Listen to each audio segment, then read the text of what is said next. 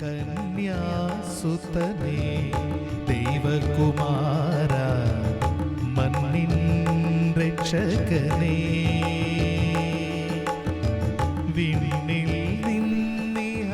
ക്രിസ്തുയേശുവിന്റെ നിസ്തുല്യ നാമത്തിൽ ശുഭസന്ദേശത്തിലേക്ക് സ്വാഗതം. വിശുദ്ധ വേദപുസ്തകത്തിൽ മത്തായി എഴുതിയ സുവിശേഷം 11 അധ്യായം 18-19 വാക്യങ്ങളിൽ നാം ഇപ്രകാരം വായിക്കുന്നു. യോഹന്നാൻ തിന്നുകയും കുടിക്കുകയും ചെയ്യാത്തവനായി വന്നു, അവന് ഭൂതമുണ്ടെന്ന് അവർ പറയുന്നു.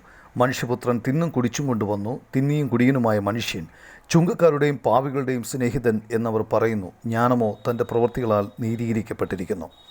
മനുഷ്യൻ്റെ പാപനിമിത്തം അവൻ കർത്താവായ യേശുക്രിസ്തുവിൽ വിശ്വസിക്കുന്നില്ല. തന്നിമിത്തം അവൻ സ്വയമായി രക്ഷയുടെ വാതിൽ അടയ്ക്കുന്നു.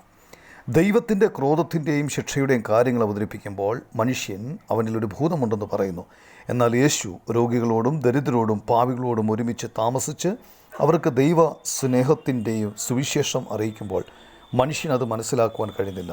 സർവ്വമാനവരാശിയെയും പാപത്തിൽ നിന്ന് വീണ്ടെടുക്കുവാൻ കർത്താവായ യേശുക്രിസ്തു ക്രൂശിൽ യാഗമായി 3-ാം ദിവസം മരിച്ചവരുടെ ഇടയിൽ നിന്നും ഉയർത്തെഴുന്നേറ്റു.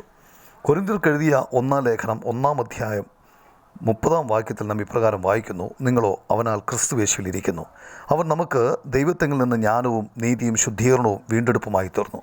കർത്താവായ യേശുക്രിസ്തുവിൽ വിശ്വസിക്കുന്നവരുടെ ജീവിതം കർത്താവായ യേശുക്രിസ്തുവിൻ്റെ ജീവിതത്തെയും പ്രവൃത്തികളെയും വെളിപ്പെടുത്തുന്നു. നിങ്ങൾ യേശുവിനെ സ്വീകരിച്ചാലും നിരസിച്ചാലും രക്ഷ ലഭിക്കുന്നത് കർത്താവായ യേശുക്രിസ്തുവിലൂടെയാണെന്ന സത്യത്തിന് മാറ്റമുണ്ടാകില്ല. നിങ്ങൾക്കും എനിക്കും വേണ്ടി ക്രൂശിൽ ശിക്ഷ അനുഭവിച്ച് മരിച്ച് അടക്കപ്പെട്ട് ഉയർത്തെഴുന്നേറ്റ ക്രിസ്തുവിൽ വിശ്വസിപ്പാൻ ദൈവം നിങ്ങളെ സഹായിക്കട്ടെ.